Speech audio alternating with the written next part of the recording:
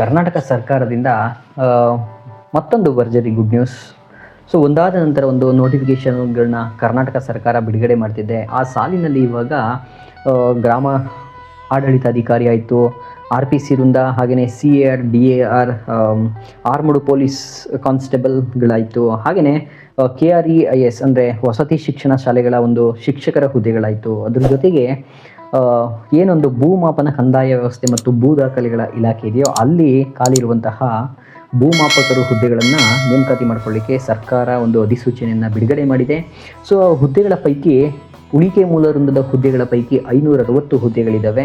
So ಈ ಒಂದು ಹುದ್ದೆಗಳಿಗೆ 37,500ರಿಂದ 76,100 ವೇತನ ಶ್ರೇಣಿ ಇರುತ್ತೆ. ಹಾಗೆಯೇ ಕಲ್ಯಾಣ ಕರ್ನಾಟಕ ವೃಂದದ ಹುದ್ದೆಗಳ ಪೈಕಿ 190 ಒಟ್ಟು ಹುದ್ದೆಗಳಿರೋದು. ಸೊ ಒಟ್ಟಾರೆ 750 ಹುದ್ದೆಗಳಿಗೆ ಇವಾಗ ಕಂದಾಯ ವ್ಯವಸ್ಥೆ ಮತ್ತು ಭೂ ದಾಖಲೆಗಳ ಇಲಾಖೆ ಭೂಮಾಪಕರ ಹುದ್ದೆಗಳಿಗೆ ಅಧಿಸೂಚನೆಯನ್ನು ಬಿಡುಗಡೆ ಮಾಡಿರುವಂಥದ್ದು. ಸೊ ಈ ಹುದ್ದೆಗಳಿಗೆ ಕರ್ನಾಟಕ ಪರೀಕ್ಷಾ ಪ್ರಾಧಿಕಾರ ನೇಮಕಾತಿ ಪ್ರಕ್ರಿಯೆಗಳನ್ನು ನಡೆಸ್ತಿದೆ.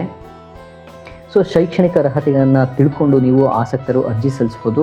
ಸೊ ಈ ಹುದ್ದೆಗಳಿಗೆ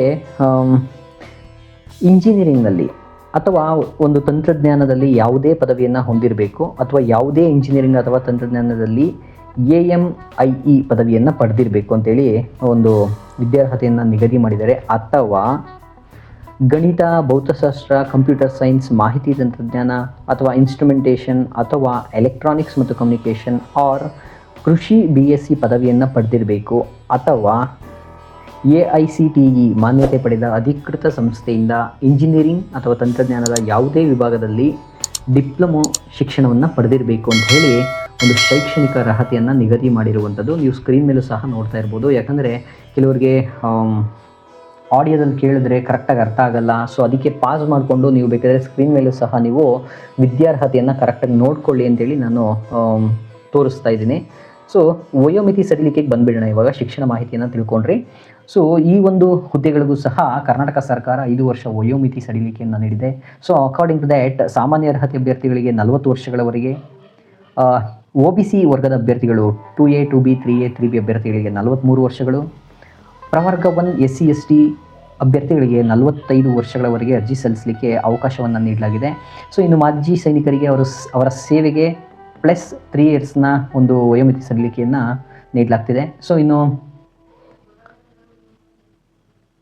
ವಿಶೇಷ ಚೇತನರಿಗೆ, ವಿಧವೆಯಾಗಿದ್ದಲ್ಲಿ ಅವರಿಗೆ, ಹಾಗೆಯೇ ಭಾರತ ಸರ್ಕಾರದ ಜನಗಣತಿ ಸಂಸ್ಥೆಯಲ್ಲಿ ಈಗ ಹುದ್ದೆಯನ್ನು ಹೊಂದಿದರೆ ಅಥವಾ ಹಿಂದೆ ಹೊಂದಿದ್ದ ಅಭ್ಯರ್ಥಿಗಳಿಗೆ 5 ಇಯರ್ಸು, ವಿಶೇಷ ಚೇತನ ಅಭ್ಯರ್ಥಿಗಳು ವಿಧವೆಯಾಗಿದ್ದಲ್ಲಿ ಅವರಿಗೆ 10 ವರ್ಷ, ಜೀತ ಕಾರ್ಮಿಕರಾಗಿದ್ದ ಪಕ್ಷದಲ್ಲಿ ಸದರಿ ನಿಯಮ ಅವರಿಗೆ ಒಂದು 1957ರ ಕರ್ನಾಟಕ ಜೀತ ಕಾರ್ಮಿಕ ಪದ್ಧತಿ ರದ್ದಿಯಾತಿ ಆದೇಶದ ಮೇರೆಗೆ ಜೀತ ಸಾಲವನ್ನು ಸಂದಾಯ ಮಾಡುವ ಹೊಣೆಯಿಂದ ಬಿಡುಗಡೆಯಾಗಿದ್ದಾರೆಂದು ಪ್ರಮಾಣ ಪತ್ರವನ್ನು ಜಿಲ್ಲಾ ಮ್ಯಾಜಿಸ್ಟ್ರೇಟ್ನಿಂದ ಪಡ್ಕೊಂಡು ಸೂಚಿಸಿದಾಗ ಅದರ ಮೂಲ ಪ್ರತಿಯನ್ನು ಪರಿಶೀಲನೆಗೆ ಹಾಜರುಪಡಿಸಬೇಕು. ಅವ್ರಿಗೆ 10 ವರ್ಷಗಳ ಒಂದು ವಯೋಮಿತಿ ಸಡಿಲಿಕೆಯನ್ನು ನೀಡಲಾಗ್ತಿದೆ.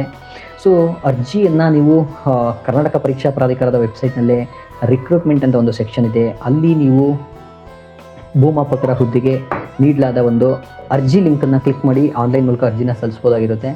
ಸೊ ಅರ್ಜಿ ಸಲ್ಲಿಸಲಿಕ್ಕೆ ನಿಗದಿಪಡಿಸಲಾದ ಒಂದು ದಿನಾಂಕಗಳ ಬಗ್ಗೆ ನೋಡೋದಾದರೆ, ಆರಂಭಿಕ ದಿನಾಂಕ ಜುಲೈ 11ರಿಂದ ಆಗಸ್ಟ್ 7ರವರೆಗೆ ಅರ್ಜಿ ಸಲ್ಲಿಸಲಿಕ್ಕೆ ಅವಕಾಶವನ್ನು ನೀಡಲಾಗಿದೆ. ಹಾಗೆಯೇ ಆಗಸ್ಟ್ 10ರವರೆಗೆ ಅಪ್ಲಿಕೇಶನ್ ಶುಲ್ಕವನ್ನು ಪಾವತಿ ಮಾಡಲಿಕ್ಕೆ ಅವಕಾಶವನ್ನು ನೀಡಲಾಗ್ತಿದೆ. ಸೊ ಇಲ್ಲಿ ನೀವು ಪ್ರಮುಖವಾಗಿ ತಿಳ್ಕೊಬೇಕಾಗಿರೋದು ಮುಖ್ಯವಾಗಿ ನೇರ ನೇಮಕಾತಿ ಮೂಲಕ, ಅಂದರೆ ಈಗೇನು ಅಪ್ಲಿಕೇಶನ್ ಹಾಕಿ ಪರೀಕ್ಷೆ ಬರೆದು ಆಯ್ಕೆ ಆಗ್ತಿರೋ ಅವರು 2 ವರ್ಷಗಳ ಕಾಯಂ ಪೂರ್ವ ಅವಧಿಯಲ್ಲಿ ಸೇವೆಯನ್ನು ಸಲ್ಲಿಸಬೇಕಾಗಿರುತ್ತೆ. ಈ ಅವಧಿನಲ್ಲಿ ಕಡ್ಡಾಯ ತರಬೇತಿ ಪರೀಕ್ಷೆಯಲ್ಲಿ ಎಲ್ಲ ಭೂಮಾಪಕರು ಇಲಾಖೆಯ ಭೂಮಾಪನ ತರಬೇತಿ ಸಂಸ್ಥೆಯಲ್ಲಿ 6 ತಿಂಗಳ ಅವಧಿಗೆ ವೃತ್ತಿ ಅಂದರೆ ಭೂಮಾಪನ ತರಬೇತಿಯನ್ನು ಯಶಸ್ವಿಯಾಗಿ ಪೂರೈಸಬೇಕು. ಮತ್ತು ಸಂಸ್ಥೆ ನಡೆಸುವಂತಹ ಸೈದ್ಧಾಂತಿಕ ಪರೀಕ್ಷೆಯಲ್ಲಿ 35% ಮತ್ತು ಪ್ರಾಯೋಗಿಕ ಪರೀಕ್ಷೆಯಲ್ಲಿ 40% ಅಂಕಗಳೊಂದಿಗೆ ಅಂತಿಮ ಪರೀಕ್ಷೆಯನ್ನು ಪಾಸ್ ಮಾಡಬೇಕು. ಆದಾಗ್ಯೂ ವಿಫಲರಾದಂತಹ ಅಂದರೆ ಅನುತ್ತೀರ್ಣರಾದಂತಹ ಭೂಮಾಪಕರಿಗೆ ಕಾಯಂ ಪೂರ್ವ ಅವಧಿಯೊಳಗೆ ಪರೀಕ್ಷೆಗೆ ಹಾಜರಾಗಲು ಮತ್ತು ಉತ್ತೀರ್ಣರಾಗಲಿಕ್ಕೆ ಅನದರ್ ಒನ್ ಚಾನ್ಸ್ ಅಂದರೆ ಮತ್ತೊಂದು ಅವಕಾಶವನ್ನು ನೀಡಲಾಗುತ್ತೆ. ಸೊ ಸೊ ನೌಕರರು ತರಬೇತಿಯಲ್ಲಿ ಉತ್ತೀರ್ಣರಾಗಲಿಕ್ಕೆ ವಿಫಲರಾದರೆ ಆ ನೌಕರರುಗಳು ಕಾಯಂ ಪೂರ್ಣ ಅವಧಿಯಲ್ಲಿ ಯಶಸ್ವಿ ಎಂದು ಘೋಷಿಸಲಾಗುವುದಿಲ್ಲ. ಹಾಗೆಯೇ ವಿಫಲ ನೌಕರರಿಗೆ ಸಂಬಂಧಿಸಿದಂತೆ ಕರ್ನಾಟಕ ನಾಗರಿಕ ಸೇವೆಗಳ ನಿಯಮಗಳು 1977 ನಿಬಂಧನೆಗಳು ಅನ್ವಯಿಸಲಾಗುತ್ತೆ. ತರಬೇತಿಯಲ್ಲಿ ಅನುತ್ತೀರ್ಣರಾದ ನೌಕರರನ್ನ ಸೇವೆಯಿಂದ ತೆಗೆದುಹಾಕಲಾಗುತ್ತೆ. ಸೊ ಇದು ಇಂಪಾರ್ಟೆಂಟು ಈ ಒಂದು ಹುದ್ದೆಗೆ ಸಂಬಂಧಿಸಿದಂತೆ. ಸೊ ವೇತನ ಶ್ರೇಣಿ ಮೊದಲೇ ಹೇಳ್ದಂಗೆ 37,500ರಿಂದ 76,100. ಪರೀಕ್ಷಾ ದಿನಾಂಕಗಳ ವಿವರಗಳನ್ನು ಸಹ ಈಗ ಆಲ್ರೆಡಿ ಕೆಎ ಬಿಡುಗಡೆ ಮಾಡಿದ ಅಧಿಸೂಚನೆಯಲ್ಲಿ ಅಕ್ಟೋಬರ್ 3 ಶನಿವಾರ ಪತ್ರಿಕೆ 2 ನಿರ್ದಿಷ್ಟ ಪತ್ರಿಕೆಯನ್ನು 3 ಗಂಟೆಯಿಂದ ಮಧ್ಯಾಹ್ನ 3 ಗಂಟೆಯಿಂದ 5 ಗಂಟೆವರೆಗೆ, ಹಾಗೆಯೇ ಅಕ್ಟೋಬರ್ 4 ಭಾನುವಾರ ಪತ್ರಿಕೆ 1 ಸಾಮಾನ್ಯ ಜ್ಞಾನ ಪತ್ರಿಕೆಯನ್ನು ಬೆಳಿಗ್ಗೆ 10:30ರಿಂದ ಮಧ್ಯಾಹ್ನ 12:30ರವರೆಗೆ ನಡೆಸಲಾಗುತ್ತೆ. ಕನ್ನಡ ಭಾಷಾ ಪರೀಕ್ಷೆಗೆ ಯಾರು ಕನ್ನಡ ಓದಿರೋದಿಲ್ವೋ, 10th ಅಥವಾ PUCನಲ್ಲಿ ಒಂದು ಪ್ರಥಮ ಭಾಷೆಗೆ ಓದಿರಲ್ವೋ, ಅಥವಾ ಈ ಹಿಂದೆ KA KPSC ನಡೆಸಿದಂತಹ ಒಂದು ಕಡ್ಡಾಯ ಕನ್ನಡ ಭಾಷಾ ಪರೀಕ್ಷೆಯನ್ನು ಪಾಸ್ ಮಾಡಿಲ್ವೋ ಅವ್ರಿಗೆ ಈ ಪರೀಕ್ಷೆಯನ್ನು ನಡೆಸಲಾಗುತ್ತೆ. ಸೊ ಅದನ್ನು ಮುಂದೆ ನೀಡಲಾಗುತ್ತೆ ಅಂತ ಹೇಳಿದ್ದಾರೆ. ಸ್ಪರ್ಧಾತ್ಮಕ ಪರೀಕ್ಷೆ ವಿಧಾನ ಆಫ್ಲೈನ್ OMR ಮಾದರಿ ನಲ್ಲಿ ನಡೆಸಲಾಗುತ್ತೆ ಅಂತ ಹೇಳಿದ್ದಾರೆ. ಸೊ ಕನ್ನಡ ಭಾಷಾ ಪರೀಕ್ಷೆ 150 ಅಂಕಗಳಿಗಿರುತ್ತೆ. 50 ಅಂಕಗಳನ್ನು ಕಡ್ಡಾಯವಾಗಿ ಪಡೀಲೇಬೇಕಾಗಿರುತ್ತೆ. ಅದು ಯಾರಿಗೆ ಅನ್ವಯ ಆಗುತ್ತೆ ಅನ್ನೋದು ಗೊತ್ತಿದೆ ಆಲ್ರೆಡಿ.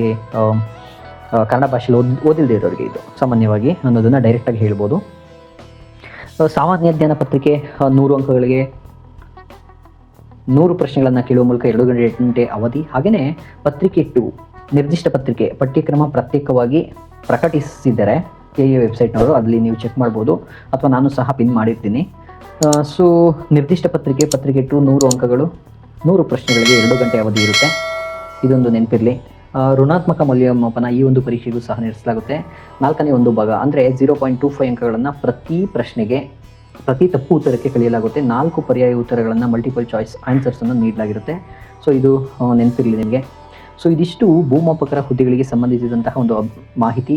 ಮಾಜಿ ಸೈನಿಕ, ಗ್ರಾಮೀಣ ಅಭ್ಯರ್ಥಿ, ಕನ್ನಡ ಮಾಧ್ಯಮ ಅಭ್ಯರ್ಥಿ, ಯೋಜನೆಗಳಿಂದ ನಿರಾಶ್ರಿತರಾದ ಅಭ್ಯರ್ಥಿಗಳು, ವಿಶೇಷ ಚೇತನ ಅಭ್ಯರ್ಥಿಗಳು, ಹಾಗೆಯೇ ತೃತೀಯ ಲಿಂಗ ಅಭ್ಯರ್ಥಿಗಳಿಗೆ ಒಂದು ಮೀಸಲಾತಿ ಇರುತ್ತೆ. ಆ ಕೋಟದಲ್ಲೂ ಸಹ ನೀವು ಅರ್ಜಿ ಸಲ್ಲಿಸಿ ನೇಮಕಾತಿ ಪ್ರಕ್ರಿಯೆಯಲ್ಲಿ ಪಾಲ್ಗೊಳ್ಬೋದು. ಇದಿಷ್ಟು ನೆನಪಿರಲಿ. ಮತ್ತೊಂದು ವಿಡಿಯೋದಲ್ಲಿ ಮತ್ತೊಂದು ಉದ್ಯೋಗ ಹಾಗೆ ಶಿಕ್ಷಣ ಮಾಹಿತಿಯೊಂದಿಗೆ ಭೇಟಿಯಾಗೋಣ. ನಮಸ್ಕಾರ. ನೀವೇನಾದರೂ ಭೂಮಾಪಕರ ಹುದ್ದೆಗಳಿಗೆ ವರ್ಗೀಕರಣ ಮೀಸಲಾತಿ ಪ್ರಕಾರ ಯಾವ್ಯಾವ ಒಂದು ಪ್ರವರ್ಗಕ್ಕೆ ಎಷ್ಟು ಹುದ್ದೆಗಳಿದ್ದಾವೆ ಅಂತ ಚೆಕ್ ಮಾಡ್ಕೊಳ್ಳಿಕ್ಕೆ, ಹಾಗೆಯೇ ಇತರೆ ಮಹಿಳಾ, ಗ್ರಾಮೀಣ, ಮಾಜಿ ಸೈನಿಕ, ಕನ್ನಡ ಮಾಧ್ಯಮ ಅಭ್ಯರ್ಥಿ ಅವರಿಗೆ ಎಷ್ಟೆಷ್ಟು ಹುದ್ದೆಗಳಿದ್ದಾವೆ ಅಂತ ಹೇಳಿ ಚೆಕ್ ಮಾಡ್ಕೊಳ್ಬೋದು. ಸೊ ನಾನು ವಿಡಿಯೋದಲ್ಲಿ ಸ್ಕ್ರೀನ್ ಮೇಲೂ ಸಹ ತೋರಿಸ್ತಾ ಇದ್ದೀನಿ ನಿಮಗೆ. ಸೊ ಅದನ್ನು ಸಹ ನೆನ್ಪಿಟ್ಕೊಂಡಿರಿ, ನೀವು ಬೇಕಾದ್ರೆ ಚೆಕ್ ಮಾಡ್ಕೋಬೋದು. ಸೊ ಇದಿಷ್ಟು ಈ ಒಂದು ಹುದ್ದೆಯ ಮಾಹಿತಿ.